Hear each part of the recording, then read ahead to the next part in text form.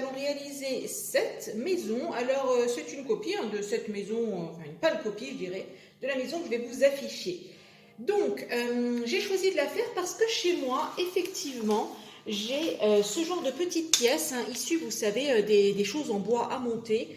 Alors, bien sûr, si vous n'en avez pas, rien ne vous empêche de reprendre la forme et puis de thématiser la maison comme bon vous semblera. Il y a vraiment de quoi faire, c'est pas un souci. Alors, pour faire cette maison, je me suis coupé un petit gabarit. Je vais vous donner les dimensions pour la face avant, face arrière. Donc, 18 cm ici dans le bas. En hauteur ici, 11 cm. En hauteur dans la pointe, 18 cm. Et en largeur ici, 20 cm. Vous avez remarqué, il est coupé légèrement en petites courbes très très légères. Donc ça, c'est pour les deux faces, face avant, face arrière. Pour les côtés, vous voyez, j'ai déjà coupé et tracé mes petits morceaux. Donc, ils feront 11 cm. Voilà. Moi, j'ai choisi 5 cm de profondeur, pas plus. Ça, c'est pour les côtés, donc deux rectangles. Pour les deux petits renfoncements à l'avant, voici les dimensions de la partie basse. 5,5, 5,5 et 7,5 dans la longue partie du haut. Pour la partie haute, 4,5, 8 et 7 en hauteur. Les petits côtés sont à hauteur du côté qu'on veut faire. Donc ici par exemple 7 cm et j'ai mis 4 cm en largeur. Pour le petit muret à l'avant, alors j'ai fait 1,5 cm il me semble en hauteur. J'ai imprimé un effet pierre. Alors vous voyez à le même principe que l'effet bois, on trace des petites pierres et ensuite on vient à l'aide d'un petit caillou imprimer cet effet pierre. Alors sur la face avant, j'ai fait un petit essai pour tester un effet crépi. Alors ce n'est rien de plus que de la peinture mélangée à du bicarbonate, beaucoup de bicarbonate. Il faut vraiment un effet pâteux dans la matière. Et là je suis en train de poncer pour enlever vraiment les plus gros morceaux.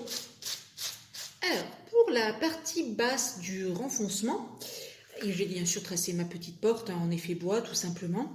Et là, je viens de réaliser un petit gabarit de carton qui va couvrir tout le pourtour de la porte.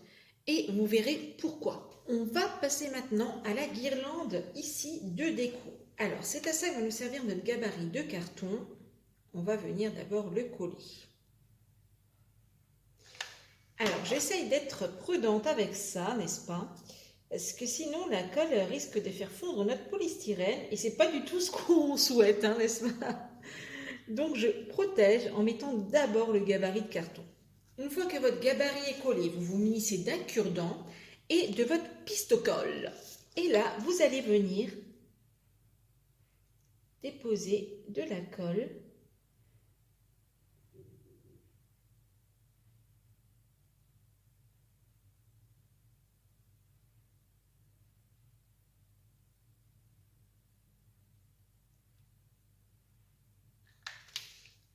Et grâce à votre cure-dent, vous allez venir faire des imperfections, tirer dessus. Cette technique, on va l'appliquer à tout ce qui est en forme de guirlande, notamment les couronnes de porte. Alors pour faire les couronnes de porte, vous voyez, j'ai choisi des tout petits joints pour avoir le gabarit. Et puis je viens mettre ma colle et j'applique la même technique. Sur le tour des fenêtres à l'avant, j'ai réalisé aussi des petites guirlandes et j'ai mis du plastique rigide pour faire l'effet vitre. J'ai imperméabilisé à l'arrière en noir pour que la lumière ne filtre pas. Bien sûr, si vous souhaitez que la lumière filtre, vous ne peignez pas l'arrière de votre bâtiment. Je peux maintenant commencer à monter le bâtiment principal. Donc tout se fait avec de la colle chaude.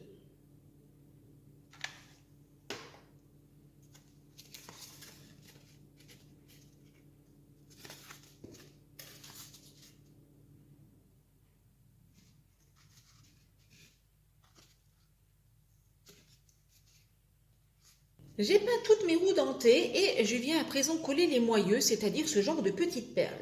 Avant même de faire quoi que ce soit, il va falloir qu'on prenne des cotes sur les côtés de notre élément supérieur. Parce que ces roues dentées, il va falloir qu'elle vienne s'inclure ici dans le mécanisme. Eh bien oui, pour faire tourner le mécanisme de notre montre magique de Mickey.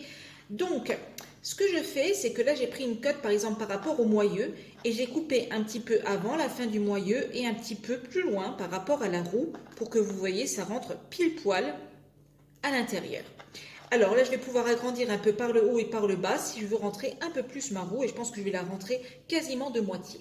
J'ai sélectionné un gabarit pour faire l'horloge, et je viens reporter donc ce gabarit sur du polystyrène, alors 6 ou 3 mm, comme vous avez sous la main. Pour réaliser le tour du cadran, je vais m'équiper d'une corde, voilà, un petit bout de corde, et je viens le peindre en peinture dorée. Grâce aux chutes de découpe de mes deux fenêtres, je viens reporter la forme dans du polystyrène 3 mm et je viens ensuite réaliser les volets. Donc les volets seront ouverts. On va donc les couper au milieu et réaliser des petits volets de bois avec des petites lattes. Je vais réaliser le toit de la maison avec du carton de récup. Alors là, en l'occurrence, c'est une bonne bande de 6 cm et demi, donc d'après les dimensions bien sûr de ma maison, par 25,5 de longueur. Voilà. Donc ça sera pour le toit. Et dans le même temps, je commence à préparer du carton ondulé que je coupe en lamelles d'1 cm pour réaliser les tuiles. Je colle ensuite ma première languette de tuiles. Voilà, on la colle bien en ara. À l'arrière, on viendra couper, il n'y a aucun souci.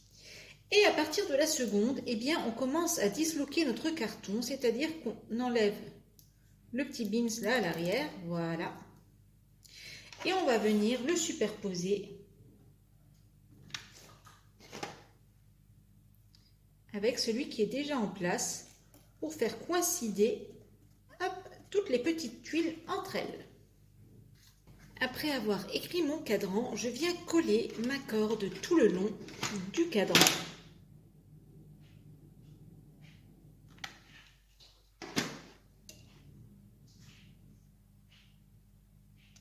Pour réaliser la bordure du toit, j'utilise ce genre de dentelle, donc toujours trouvé dans les mêmes magasins, et très très pratique dans ce cas précis. Pour réaliser ma petite rambarde, là, ou je ne sais pas trop comment on va appeler ça, une petite main courante en haut, j'utilise un petit bâtonnet de bois que je vais venir couper à mesure.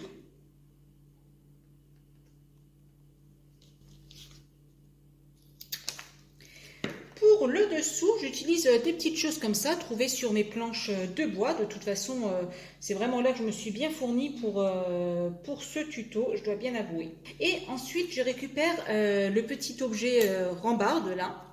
Voilà. Pour faire le long des renforts, j'ai utilisé la même technique que pour le pourtour de la montre, c'est-à-dire que j'ai peint une corde en doré et je viens ensuite la coller juste là, tout le tour.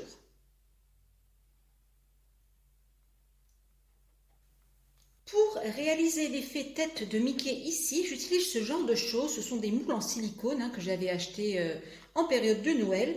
Alors c'est vraiment très très utile pour tout ce qui est dôme. Si vous n'avez pas, bien sûr, vous pouvez remplacer simplement par une boule en polystyrène coupée, ça ira très bien. Pour les petites oreilles de Mickey, j'ai découpé 2 disques en feutrine que j'ai directement collés sur la maison, comme vous pouvez le voir. Et je vais venir coller mon demi-dôme juste devant et je vais le garder doré. Je voulais le peindre en noir, mais finalement, je trouve qu'en doré, ça donne vraiment un cachet super chic à la maison. Pour réaliser l'effet neige, il nous faut du bicarbonate, de la colle à bois. Alors, vous commencez à connaître si vous suivez la chaîne. Et de la peinture blanche pour que le mélange garde sa couleur dans le temps.